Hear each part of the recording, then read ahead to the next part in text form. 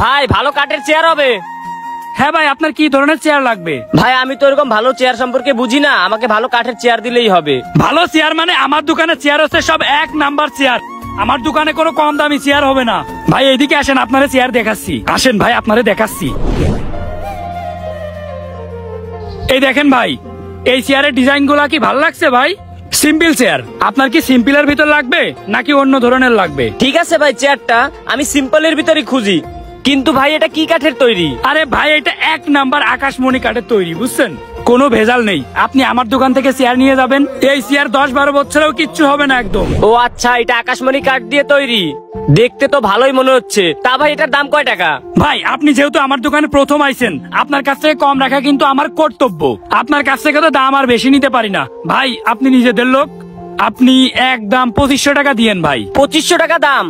ভাই কাঠ ভালো হবে তো? আরে ভাই, আপনারা আমি কি বললাম, এইটা হচ্ছে 1 নাম্বার আকাশমণি কাঠ। ভাই অন্যান্য দোকানে আপনি ভেজাল মাল পাইতে পারেন, কিন্তু আমার দোকানে কোনো ভেজাল মাল নেই।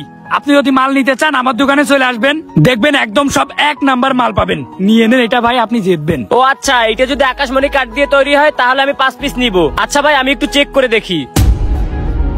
ভাই ভাই, চেক করা লাগবে না তো, আমি বলছি না 1 নম্বর আকাশমণি কাঠ দিয়ে তৈরি, অত চেক করা লাগবে না। আপনার আমি 5 পিস দিচ্ছি, দাঁড়ান। না ভাই, আমি তো চেক করা ছাড়া নিব না।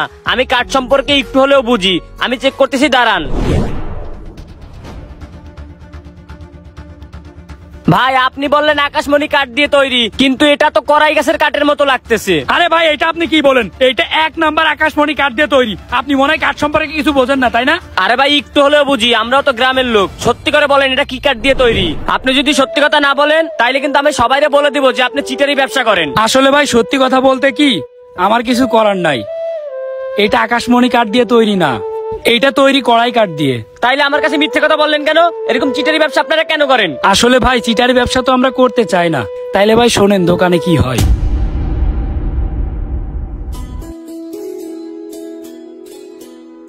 ভাই সোফা আছে? হ্যাঁ আছে তো ভাই, ভিতরে আসেন।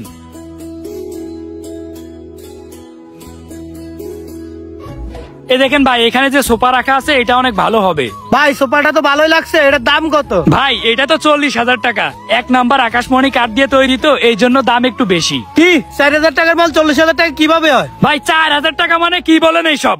এই সুপার দাম 4000 টাকা কিভাবে হয়? এইটা অরিজিনাল আকাশমণি কাঠ দিয়ে তৈরি। আরে আকাশমণি হোক আর যে মনি হোক, এত দাম হয় কিভাবে? সোফার দাম কি কোনোদিন এত টাকা হয়? ভাই 35,000 টাকা দিব, আপনারা সোফাটা দিয়ে দিতে পারবেন? ভাই আপনাদের কি মনে হয় এই সামান্য কাঠের ব্যবসা করে কি আমরা 5-6 তলা বিল্ডিং বানাই ফেলি? ভাই অতটা লাভও আমাদের হয় না, সামান্য লাভ থাকে আমাদের।